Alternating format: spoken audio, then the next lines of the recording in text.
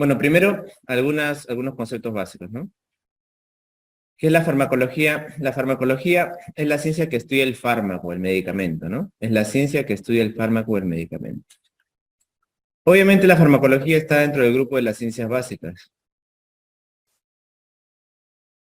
Vamos a ver más adelante que para poder comprender a los fármacos hay que entender bastante de fisiología, porque la gran mayoría de fármacos lo que hacen es actuar en reacciones que ya existen en el cuerpo. Ya el fármaco normalmente no inventa cosas, sino solamente modifica algunas cosas que ya están ocurriendo en el ser humano, o sea, por las vías fisiológicas.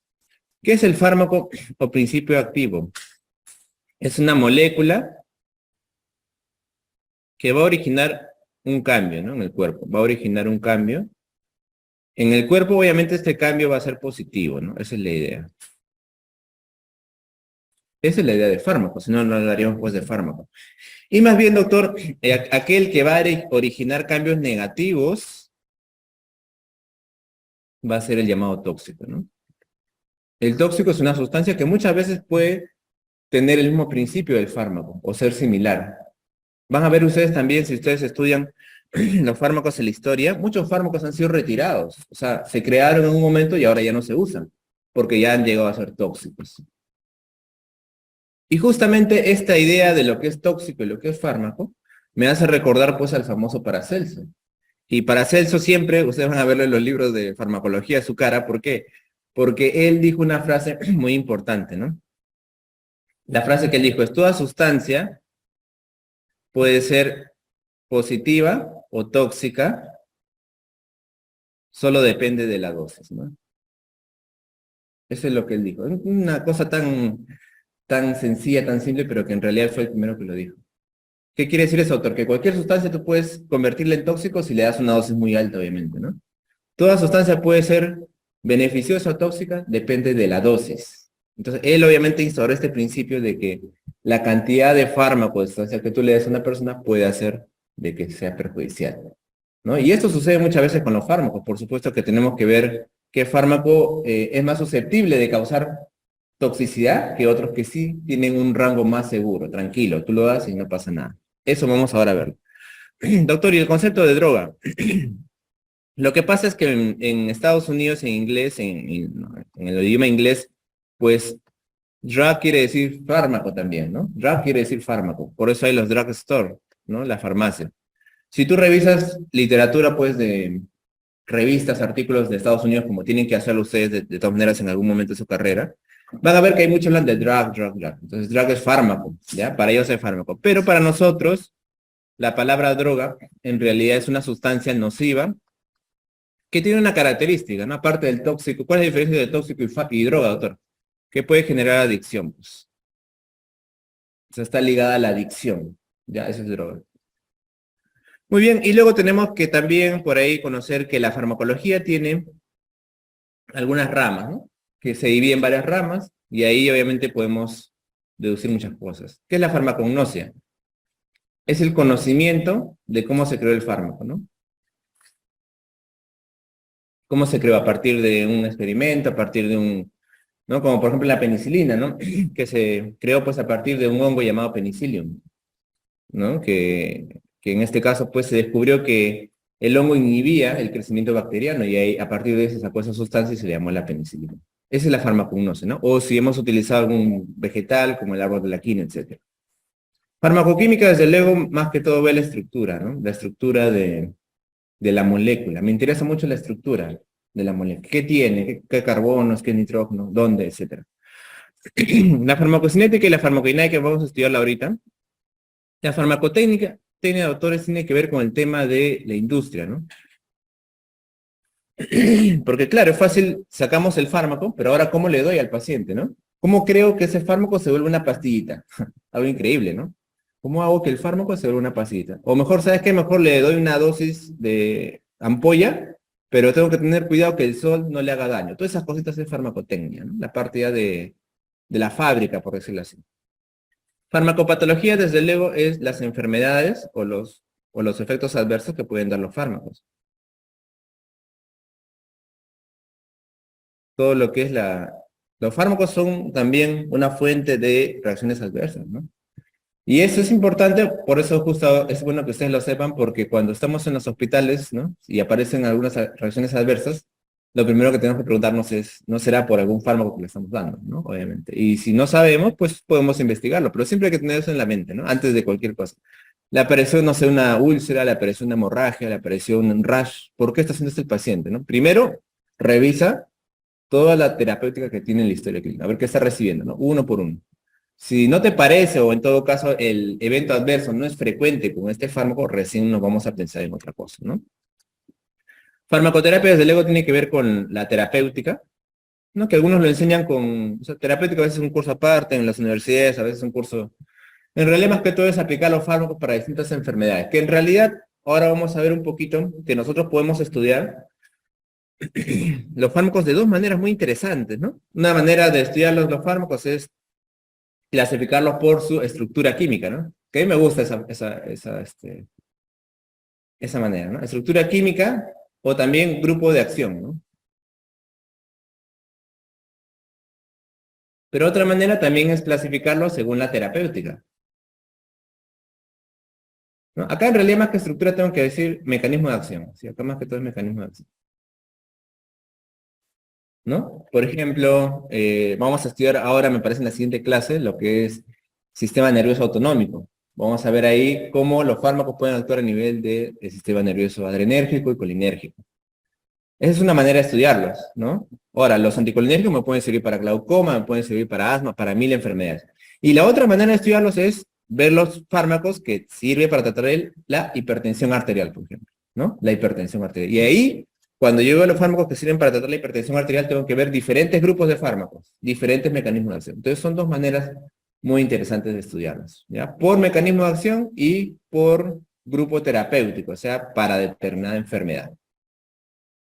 La farmacoprofilaxis, desde luego, tiene que ver con el uso de los fármacos para prevención de enfermedades, que son en realidad, es lo que menos se hace, ¿no? O sea, los fármacos tienen poca acción a nivel de prevención. La aspirina, por ejemplo, ¿no? Antes de que ocurra el evento se le puede dar al paciente, ¿no? Prevención, profilaxis. La farmacovigilancia es algo muy importante.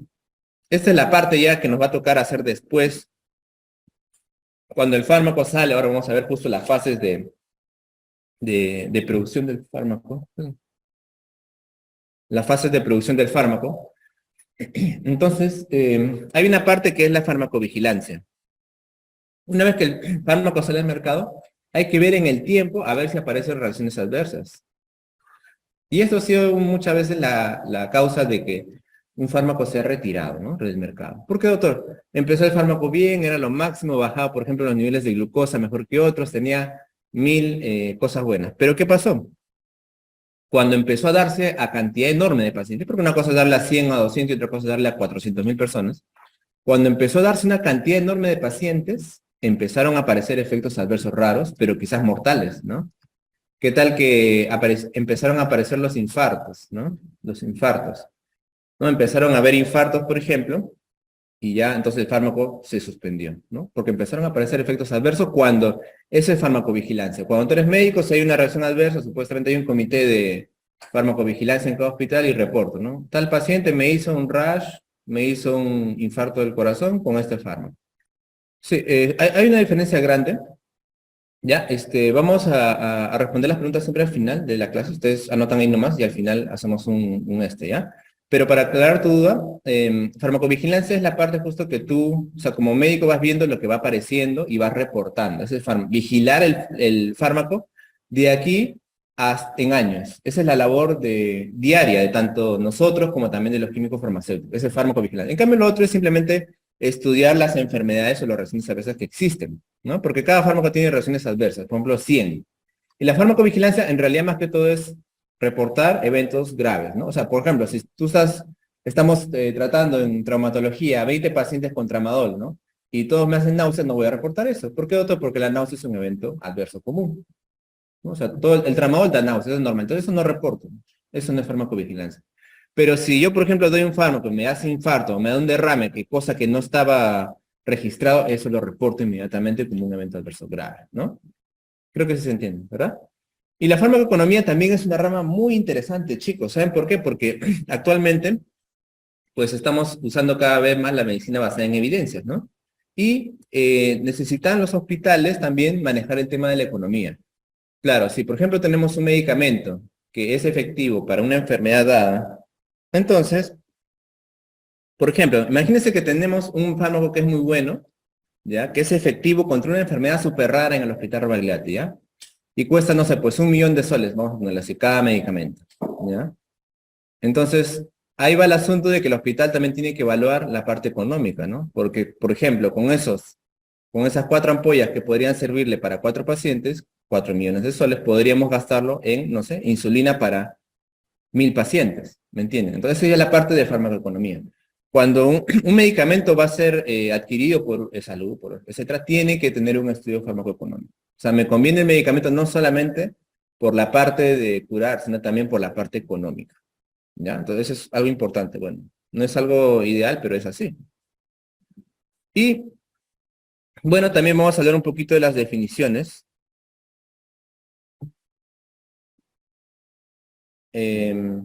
Por ejemplo, tenemos lo que es el nombre químico de los fármacos, ¿no? El nombre químico, por ejemplo, acá tenemos el etil 1, metil 4-fenil, iso, NiP4, hidrocloruro. Pero ese nombre en realidad nosotros no lo usamos a veces en farmacología. Usamos un nombre ya abreviado, ¿no? Que le llamamos nombre genérico. El nombre genérico, ¿no? Por ejemplo, hidrocloruro de meperidina. Ese es el nombre químico de la estructura larga, ¿no? Con carbonos, etc. Pero nosotros le decimos meperidina o hidrocloruro de meperidina para ser más correctos. Y luego existe lo que es el nombre comercial. El nombre comercial normalmente está dado por una farmacéutica, ¿no? Es como que, no sé, como que sea un jugador y cada uno compra su pase, algo así, ¿no? Entonces, el fármaco es comprado por un laboratorio y le pone un nombre, otro laboratorio le pone otro nombre y así, ¿no? Normalmente el nombre de aquí, registrado viene así con TM, Transmake o R en español, que es marca registrada. Antiguamente en medicina se enseñaba mucho con nombre comercial, ¿ya? O sea, nuestros maestros aprendían los nombres de los fármacos por nombre comercial. Incluso en Estados Unidos me parece hasta ahora también se hace eso. Ustedes pueden revisar ahí cuando revisan a veces artículos, van a ver que les enseñan con nombre comercial. ¿No? El Gravol, por ejemplo, es un nombre comercial del dimethylinato, ¿no? Pero sus profesores seguro le van a decir Gravol, ¿no? O Epamin es el nombre comercial de la fenitoína. Y hasta ahora, por ejemplo, cuando yo era estudiante me decían, epaminiza al paciente, ¿no? Y epaminizar quería decir justamente administrar fenitoína, ¿no? Pero hace un tiempo que ya no se, o sea, se ha determinado que no se debe enseñar por nombre comercial, ¿no? Para no tener conflictos o favorecer algún laboratorio. Sino se tiene que enseñar por nombre genérico, ¿ya? Entonces eso es lo que hacemos actualmente. Entonces, tenemos lo que es el nombre comercial del fármaco, y luego tenemos ya que podemos llamarle medicamento, que ya incluye la forma farmacéutica más el principio activo. El principio activo es justamente ese de aquí, ¿no? El nombre genérico. El principio activo es la parte de la molécula que va a realizar el cambio en el cuerpo.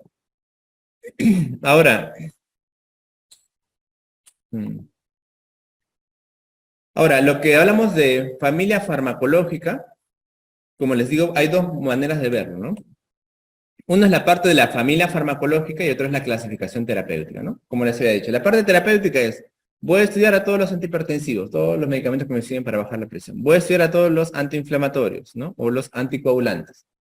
Y la otra manera es ver la parte de la familia farmacológica. Ahí sí voy a agrupar fármacos con propiedades similares, sobre todo basados en el mecanismo de acción. Mecanismo de acción, ¿no? Por ejemplo, los beta bloqueadores van a ser los que se van a bloquear al receptor beta adrenérgico, ¿ya? Los beta bloqueadores.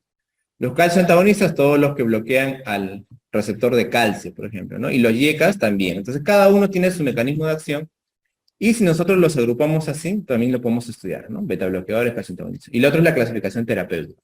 Vamos a usar de ambas, en realidad, en estas clases, ¿ya? ¿De qué depende, doctor, el desarrollo de los nuevos fármacos? O sea, ¿de qué depende de que sigan creándose? Bueno, en realidad tenemos el tema de los intereses de la industria y por otro lado también medicamentos huérfanos. ¿Qué creen ustedes que les va a convenir a las farmacéuticas? ¿Hacer fármacos para enfermedades que duren mucho o enfermedades que se curen rápido? Que duren, pues, ¿no? Años de años, ¿no? Claro, si yo doy una pastilla y se cura el paciente en un día, ¿cuál es el negocio para las farmacéuticas, no? No habría, ¿no? Entonces, por esa es la razón por la cual la industria normalmente dedica sus esfuerzos en la investigación a enfermedades crónicas, ¿no? crónicas, ustedes ya deben saber, es que dura mucho tiempo. Entonces, por eso que la parte, por ejemplo, los cardiólogos son los más ganados, ¿no? Los cardiólogos sí tienen cada rato nuevo, nuevo, porque las enfermedades del corazón están siempre, ¿no? Paciente coronario, paciente con insuficiencia cardíaca. Son incurables, digamos, ¿no? La diabetes, otro rubro, ¿no? Importante. Por eso que tanto se crea, se investiga de nuevos medicamentos para la diabetes. Porque la diabetes el paciente la tiene siempre. Entonces, ese es un tema que es interesante tocarlo, ¿no? Acá no es nada para debatir, simplemente para que ustedes conozcan. Y doctores dicen los medicamentos huérfanos, que en realidad tiene que ver justamente con estas enfermedades raras, ¿no? Hay muchas enfermedades rarísimas que lamentablemente no, o sea, como son tan poquitos los pacientes, entonces no le conviene a la farmacéutica poder hacer más, ¿no? Entonces estas enfermedades lamentablemente que se les dice huérfanas porque son muy pocos pacientes, ¿no? Entonces son tan poquísimos, 20, imagínate, de millones, entonces que en realidad la industria no le da, pues lamentablemente, ¿no? Por eso que muchas veces tienen que crear los pacientes asociaciones, ¿no? De pacientes con enfermedades raras de Fabry, ¿no? Pero obviamente eso, la idea es que poco a poco pueda verse, ¿no? Bueno, entonces ahora vamos a entrar a la parte de cómo sale un fármaco, cómo se fabrica un fármaco, ¿ya? Entonces, aquí viene justamente lo que son las fases de la creación del medicamento. Hay una parte importante que son las llamadas pruebas preclínicas. Las preclínicas, cuando ustedes vean preclínicas, quiere decir que es en animales, no en seres humanos, ¿ya? Preclínicas. Obviamente esa es la parte más laboriosa, la más larga, ¿no? O sea que es cuando ustedes ven esos artículos en New England Journal, en Nature, ¿no? Aparece una nueva molécula, ¿no? En la hipertensión que podría ser importante, ¿no? O los periódicos a veces sacan noticias así totalmente sin contexto, ¿no? Se descubre cura para el cáncer, ¿no? Entonces es porque están viendo moléculas quizás que pueden tener algún rol, ¿no? Luego se experimenta bastante en animales, hay incluso tratados, hay un libro, por ejemplo, que yo me acuerdo de estudiante, libro sobre ratón, o sea, para estudiar todo lo que es el ratón, porque la mayor parte de las prácticas se hacen en el ratón, ¿no? Todas las pruebas de moléculas, etc. Entonces, comprender la fisiología del ratón. Tiene, obviamente, moléculas, algunos genes parecidos a los nuestros, obviamente, que son los que se aprovechan. Y luego, entonces, de esta parte que es la más larga, la más exhaustiva, la más difícil, donde están los grandes genes, digamos, ¿no? De la biología y la medicina, viene ya la parte, pues, más médica, clínica, ¿no? En la cual nosotros vamos a tener que hacer pruebas clínicas en seres humanos, ¿no? Y justamente acá viene lo que es la fase de los estudios clínicos. Vamos a poner un pequeño resumen, ¿ya?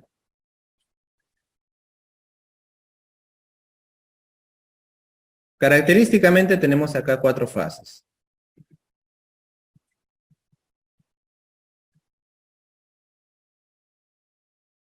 ¿En qué consiste la fase 1 del estudio del fármaco? Ya esta fase generalmente tiene pocos pacientes, de 10 a 100. Aquí en realidad, ¿quiénes son las personas? Voluntarios. Generalmente jóvenes, ¿no? Bueno, les comento que según estudios dicen que los estudiantes europeos son los que más aceptan esto. ¿Por qué? Porque se les da obviamente un pago, ¿no? Por ser voluntario. Y aquí lo importante es simplemente ver que el fármaco tenga seguridad y tolerabilidad. Seguridad y tolerabilidad. O sea, acá no busco pacientes que tengan la enfermedad. No, no, no, no. Solamente les doy a pacientes jóvenes, justamente por eso se busca jóvenes que sean pacientes sanos. Les doy el fármaco nomás, para ver que no les pase nada, ¿no? Doctor, pero está sano. Sí, pero acá no me interesa ver si es efectivo. Solamente quiero ver si es mortal o si le causa algo muy, muy serio. ¿Lo toma? Ok, ¿todo bien? Sí, ya. Una semana, 2, listo. ¿Algún efecto adverso? No, todo bien. Dolor, nada, ya. El fármaco es seguro, ¿no? O sea, ese es lo primerito, por eso es pequeño. Yo detecto algo rápido, inmediatamente lo suspendo y cancelo mi estudio. En la fase 2, acá sí yo puedo aumentar la cantidad. Y acá sí ya no me interesa que sean voluntarios jóvenes. ¿Ya? Acá sí tengo que buscar pacientes con la enfermedad. ¿Ya? Acá sí tengo que buscar pacientes con la enfermedad. Y aquí normalmente lo que hago es ver la eficacia y lo que es el intervalo de dosis, ¿no? O sea, acá sí busco pacientes con la enfermedad. Ah, ya, quiero un antihipertensivo. A ver quiénes son los hipertensos. Ya, ahora sí. Ahora ya como sé que es más o menos seguro, me interesa ver, voy a darlo poco a poco. A ver, 1 al día, 2 al día, poco a poco, ¿no? Porque claro, o sea, no crean ustedes que yo creo el fármaco, la molécula, y automáticamente la molécula me dice, ¿sabes qué? Se da 3 veces al día, no, o sea, tengo que probarla. Obviamente porque muchas veces el fármaco que sale en laboratorio en el ser humano tiene otra cosa. O sea, son cosas impredecibles, por eso, ¿no? O sea, nosotros estudiamos las cosas académicamente, científicamente, causa-efecto de esto, pero cuando tú le das a un ser humano es algo impredecible. Pueden pasar cosas que ni siquiera has pensado, ¿no? Porque cada uno es diferente. Entonces, aquí va el tema de ver la enfermedad. En la fase 3, acá sí, llevamos a miles de pacientes. Obviamente los pacientes tienen que tener la enfermedad, ¿no? Y acá sí ya voy a hacer estudios clínicos. ¿Qué quiere decir estudios clínicos, doctor? Voy a agarrar mi grupo de pacientes y lo voy a dividir por enfermos. No, enfermos que le doy el fármaco y enfermos que le doy placebo. Placebo, ¿no? Placebo, como ustedes saben, es una sustancia parecida al fármaco que estoy probando con el objetivo de darle al paciente, ¿no? Esa sustancia, pero que no tiene ningún efecto. ¿No? Imagínate como una pastita de harina, no sé, algo así, ¿ya? O sea, se le da al paciente para que él tenga la idea que está tomando algo, obviamente no se le dice al paciente cuál es el fármaco, cuál es el placebo, y de esa manera se hace un control más estricto. Entonces, ustedes quizás están en el primer, segundo año, ¿sí? Pero cuando van a ir viendo estudios así ya clínicos en medicina interna, etcétera, van a ver seguro en el artículo de New England Journal que dice estudio clínico fase 3, ¿no? Se aprueba, está en estudio clínico fase 3. ¿Qué quiere decir eso, doctor? Que ya estamos acá, pues. O sea, ya es un medicamento que ha pasado la fase 1 y 2. Y ya estamos viendo resultados en hospitales ya de Estados Unidos. Y ahí, entonces, eso me interesa, ¿no? Al especialista le interesa, a ver, este fármaco ya está en fase 3, a ver cómo le ha ido, ¿no? ¿Qué tan bueno es? Y finalmente, la fase 4 ya es simplemente cuando el fármaco ya está de venta al público. Ya lo puedes encontrar en tu farmacia favorita. ¿Ya? O sea, ya está de venta al público. Aquí ya pasó la fase de estudio y el fármaco ya está disponible en las farmacias y cualquier persona lo puede comprar obviamente con receta médica. Entonces, en esta fase 4 obviamente, me interesa, ahí es donde hago más la farmacovigilancia, ¿no? Porque ya voy a empezar a darle a una cantidad enorme de pacientes, millones probablemente. Y acá obviamente en la fase 4 puede ser que empiecen a aparecer algunos efectos adversos raros, ¿no? O interesantes. Por eso es que les digo que en realidad siempre el estudio, la vigilancia nunca termina. Esa es la farmacovigilancia, ¿no? Ahí creo que se entiende un poco mejor lo que era la diferencia. Muy bien, bueno, entonces vamos a presentar aquí algunas diapositivas para que se vayan familiarizando con los fármacos rápidamente, ¿no? Tecnología farmacéutica transforma un principio activo en una forma farmacéutica. La forma farmacéutica es, como les digo, cómo está el fármaco disponible. Ahorita vamos a investigarla, ¿no? Entonces esa parte que es la parte científica, ¿no? Entonces, por ejemplo, ¿no? Esos son los distintos tipos de formas farmacéuticas, ¿no? Las formas farmacéuticas es el aspecto físico del fármaco, ¿no? Claro, si yo estoy hablando de paracetamol, ya, pero ¿cómo? Y eso es algo que nos pasa bastante en el hospital, ¿no? A veces, ¿no? Se confunden, nos confundimos, porque como es virtual, tú agarras un fármaco y no te das cuenta que le estás dando a la ampolla y no a la pastilla, ¿no? Le das a la ampolla y no a la pastilla y al final yo quería darle una pastilla y le vine ampolla. Esa es la forma, ¿no? Yo puedo pedir, por ejemplo, furosemida, hay en ampolla y en pastilla. Esa es la forma farmacéutica. Y yo tengo que tener cuidado para saber eso, ¿no? Entonces, todas esas cosas, pues obviamente requieren mucho estudio, ¿no? Mucho análisis para saber bien a qué me estoy refiriendo, ¿no? Acá están, por ejemplo, algunas formas, como pueden ver, ¿no? Comprimidos, ¿no? Hay comprimidos recubiertos, por ejemplo, mira, esto de acá es un comprimido que además tiene una cubierta especial, ¿no? Que es resistente al jugo gástrico, como una película de plástico. Hay otros que son comprimidos, este de aquí, simplemente como material, ¿no? Así, material terroso que se disuelve, y la cápsula es la de acá.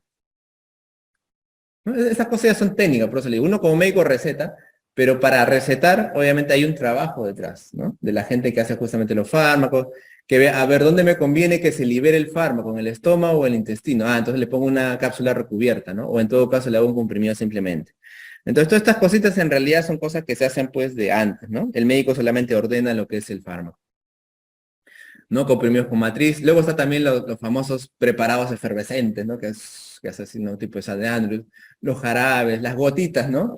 Gotitas para el ojo, gotero. Entonces, estas son las llamadas formas farmacéuticas, ¿no? Obviamente hay algunos comprimidos continuos, o sea, estamos cada vez incrementando el nivel de eficacia. Otros están creando comprimidos que mira cómo me duran más. Increíble, o sea, me dura más en el tiempo, la liberación más sostenida, ¿no? Lo que clásicamente nosotros lo conseguíamos con las ampollas subcutáneas, ahora hay algunos comprimidos que ya incluso pueden liberarse de poco a poco. Obviamente ya es la tecnología, digamos, más avanzada cada vez más, ¿no? Por ejemplo, acá vemos que estos picos que ustedes ven son comprimidos convencionales, ¿no? Yo tomo la pastilla, doctor, y empieza a aumentar la concentración del fármaco en la sangre, y luego baja, pues, ¿no? Por eso le doy otra vez, luego sube la concentración, y luego baja. Eso es lo normal. Bueno, pues hay estos comprimidos, como les digo, que sí tienen mayor control de niveles plasmáticos, y desde luego esto me ayuda a que haya menos efectos secundarios. Porque claro, si yo al cuerpo le doy una dosis de fármaco hasta arriba, va a haber más efectos adversos, ¿no? Si le doy una liberación más sostenida, vamos a encontrar menos, ¿no? Obviamente, este tipo nuevo de medicamentos no está disponible para todos, ¿no? O sea, ¿por qué, doctor? Porque cada molécula es diferente, eso es lo que yo les decía, ¿no? Cada molécula es diferente. No todos se pueden adaptar a eso. Hay, por ejemplo, les voy a contar, hay antibióticos que solo se usan, por ejemplo, por vía tópica, o sea, por crema. ¿Por qué, doctor? Porque son muy tóxicos. O sea, si tú le das por vía endovenosa, muere el paciente. Entonces, cada medicamento es diferente, ¿no? La liberación brusca de toda la dosis, la interrupción de la terapia. Bueno, obviamente estos medicamentos son más costosos, ¿no? O sea, ya te imaginarás que esa pastillita estará carísima, ¿no? Difícil de discontinuar o puede acumularse también, son algunas de las desventajas. Entonces, este es un resumen de lo que les había dicho, ¿no? Es la forma física por la cual se suministra un medicamento. Ahora, ¿de qué depende la forma específica de esta, o sea, de qué depende, ¿no? Obviamente va a depender de muchas cosas. Diferencias en las propiedades de los medicamentos. Doctor, quizás la ampolla es más efectiva que la pastilla. Sí, ya, por eso prefiero la ampolla. Perfecto. La aplicación, doctor, ¿no? Quizás el paciente no tiene buen acceso venoso, no puedo darle por la vena. O está chocado. También, ¿no? Diferencias en los requerimientos. Mira, ¿sabes qué? El dolor es suavecito nomás, entonces mejor ponle un parchecito porque es suave, ¿no? En cambio, el otro paciente tiene un montón de dolor por un cáncer. Lamentablemente vamos a tener que ponerle a la vena porque si no, no le va a calmar el dolor. Y condición fisiológica o patológica del paciente, ¿no? A veces hay pacientes que, no sé, tienen, por ejemplo, intestino corto o tienen un problema de absorción gástrica, entonces no puedo darle por vía oral, ¿no? O es un paciente que está inconsciente, en coma, entonces tampoco le puedo dar por vía oral, ¿ya? Entonces depende mucho de la condición del paciente. Acá están diferentes formas, ¿no? Mira, acá vamos a presentarles algunas para que se familiaricen, ¿no? El acetaminofén es el paracetamol, ¿no? Ahí lo ven al centro, doctor. Hay gotitas para niños, ojo, mira. Este que ves a la derecha son las gotitas, ¿no? Hay jarabes para niños mayores, hay pastillas para adultos. ¿Mm? La adenosina, acá tenemos distintos tipos de ampollas, ¿no? Unas para solución. Este es un suero, por ejemplo, que es un medicamento un poco raro. Mira que el suero en realidad es un fármaco disuelto, ¿no? Solo que nosotros también tenemos el llamado suero salino, que es el suero que utilizamos para darle cloruro de sodio al paciente. Pero a veces hay medicamentos que vienen disueltos, así, en bolsa, ya de frente le pasan nomás. Pero obviamente ese de aquí debe tener cuidado porque puede alterarse si no está bien conservado, ¿no? Luego está la famosa solución, que es una preparación líquida acuosa que contiene un soluto, que es la parte sólida, y el solvente, que es el agua, ¿no? El soluto, desde luego, es el principio activo, ¿no? Son esas famosas ampollas que tú le pones líquido y lo vas moviendo y generas ¿no? Ahora, aparte en realidad las soluciones son mucho más grandes porque tiene que ver con el soluto y el solvente. Puede ser jarabes, duchas, enemas incluso, ¿no? Preparados, todo lo que es líquido, ¿no? Gel, ¿no? Gel no sé, pasta dental, ¿no? Hay, por ejemplo, gel de lidocaína, que es un anestésico, ¿sí? Es un anestésico, entonces, a la hora de hacer un tacto rectal, podemos ponernos gel de lidocaína, que es anestesia, o a la hora de poner una sonda Foley en la parte de la uretra, también la ponemos, ¿no? Soluciones para irrigación, gotas nasales, gotas ópticas, ¿no? Paciente que ha tenido, por ejemplo, un trauma acústico, no ha ido a un concierto y sucede, ¿no? A veces perdemos un poco la audición, la hipoacusia, por el trauma acústico, ¿no? Entonces hay gotas de corticoides ópticas para poder, ¿no? Entonces, hay muchas cosas, ¿no? Entonces, ese es un mundo muy interesante. El jarabe normalmente es un medicamento que contiene una solución azucarada, ¿no? Para los peques de la casa, ¿no? Para que puedan tomarlo sin ninguna molestia. El elixir normalmente contiene alcohol, agua y una sustancia medicamentosa para mayor concentración, ¿no? La emulsión es un término que se reserva para esos medicamentos que tienen sustancias grasosas, oleosas, ¿no? Que no se pueden mezclar, o sea, no llegan a mezclarse adecuadamente, ¿no? La emulsión es por ejemplo, ¿no? Son sustancias que no se mezclan, ¿no? Tiene mucho lípido, ¿no? Mucha grasa. La loción es una preparación o cosa para uso externo, ¿no? Loción capilar, ¿no? Loción para enfermedades dermatológicas sobre todo, ¿no? Simplemente se echa y con este papel, con una toallita, se aplica. Loción, ¿no? Loción. Diferente a crema, por ejemplo, ¿no? Ahí tenemos algunas preparaciones para que puedan, ¿no? La famosa valeriana. La suspensión, acá sí nos referimos más que todo a los jarabes, ¿no? También a las preparaciones que contienen más sustancias disueltas, ¿no? Y ya luego vamos a la parte un poquito ya de, ¿no? De algo más sólido, ¿no? La parte de la tableta, por ejemplo. Las tabletas son unidades de dosis únicas, generalmente comprimidas. Es un medicamento en polvo, solo que está solidificado, ¿no? Pero tú lo humedeces y se vuelve polvo, ¿no? Puede ser sublingual, algunos tienen la capa entérica que les he demostrado. Y tenemos el aerosol, miren ustedes que es este de acá, ¿no? El aerosol. El aerosol es un principio en realidad que tiene un contenedor presurizado. O sea, esta parte de acá es agüita, ¿no? Es como si fuera una bombita. Y esto de aquí tiene un presurizor que lo va a transformar en gas a la hora de hacer el... ¿Cómo se dice chisguete? Se dice puff, ¿ya? Puff. Pueden decirle chisguetazo, pero los médicos le decimos puff, ¿ya? 2 puff cada 8 horas. 2 puff, ¿ya? Las cápsulas ya son las que tienen, ¿no? Como ustedes ven ahí, los gránulos, y dentro tienen este plastiquito que los va a cubrir. Obviamente lo usamos generalmente para poder proteger al principio activo de toda esta parte del estómago que es terrible, ¿no? Las cápsulas, medicamentos pueden ser líquidos, puede ser granulado o en polvo, que está dentro de un, ¿no? Plastiquito que en realidad es un contenedor de gelatina, ¿no? Los supositorios también son medicamentos, son formas farmacéuticas que se pueden utilizar en diferentes espacios, ¿no? Ahí tenemos, miren ustedes también esas presentaciones, ¿no? Gelatinizadas. Algunos pueden ser tipo óvulos para administrar en infecciones, ¿no? Sobre todo ETS, ¿ya? Tenemos ahí también, ¿no? Lo que son las cápsulas por acá, ¿sí? ¿No? Las tabletas sublinguales, doctor, también hay unas presentaciones de tabletitas que se pone debajo de la lengua, ¿ah? Ojo, tiene que decir que es sublingual, ¿no? No cualquier paciente te lo hace meter ahí. Hay sublingual, hay normal, entonces sublingual. Lo que pasa con esto es que se supone que se absorbe a nivel de estas venas que se encuentran debajo de la lengua y teóricamente son más fáciles, son más rápidas, ¿no? Tienen acción más rápida. Se usa sobre todo en pacientes que necesito darle algo inmediatamente, sobre todo en infarto, por ejemplo, del corazón, ¿no? Hay bucales también incluso que se ponen, a eso sí nunca he visto, pero bueno, hay algunas que se ponen entre la mejilla y la encía, ¿no? La sublingual se pone simplemente debajo de la lengua y se espera que se absorbe, no se pasa, ¿no? Solamente. Y luego tenemos las formas llamadas parenterales. Doctor, parenteral quiere decir que no atraviesa el tubo digestivo.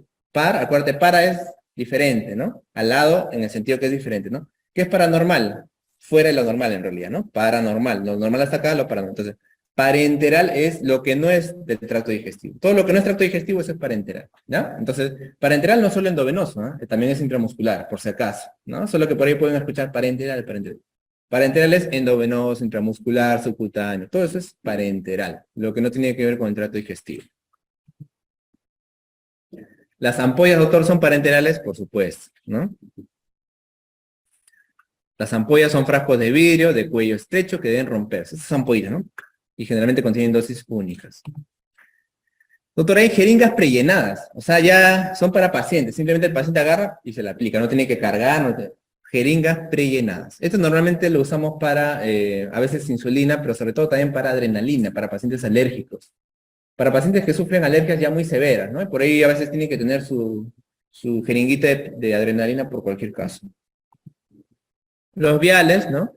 Normalmente estos de aquí están sellados con caucho, ¿no? Y pueden administrarse también por vía endovenosa. El suero, como les dije, que en realidad ya es una mezcla. O sea, acá no tienes que mezclar. El medicamento ya viene ahí disuelto ya, ¿no? Tienes que abrir el medicamento, echarle agua, suero salir. No, ya está. Simplemente lo pasas. Ahora, puede ser de plástico o de vidrio. También hay de vidrio. Bueno, un poco antiguo, ¿no? Y luego también tenemos lo que son los llamados preservantes, ¿no? Aparte del fármaco, desde luego, aparte del principio activo, o sea, de la sustancia que hace la acción, debe tener al ladito, pues, una sustancia que ayude a preservarlo, para que me dure. Entonces, obviamente, este preservante no tiene acción, entre comillas, y me sirve para qué prevenir, por ejemplo, la contaminación bacteriana, que el fármaco, ¿no? Porque hay bacterias, entonces tiene también una concentración que puede ayudarle a eso, ¿no? porque puede desestabilizar el medicamento, le puede causar problemas, ¿no? Generalmente esos preservantes están compuestos de alcoholes, ¿ya? Mayormente son de tipo de alcoholes. Los excipientes, ya, mayormente me sirve para protegerlos de la luz y la hidratación. Ojo, ¿no? Por más que estén bien guardados, necesitan los llamados excipientes. Tiene actividad antiquelante y antioxidante, ¿ya? Entonces ven ustedes cómo en realidad el, el fármaco es algo mucho más complejo, ¿no? Es bastante complejo. El vehículo es un constituyente del contenido de la ampolla en el cual va inmerso el medicamento, ¿no? O sea, el llamado solvente, ¿no? Generalmente es agua. El agua está disolviendo el fármaco, ¿no? Cuando necesita disolverse, sobre todo en el caso de las ampollas, ¿no? Puede afectar la viscosidad, la absorción, es correcto, ¿sí? Sin embargo, debería ser una sustancia mayormente neutra, ¿ya?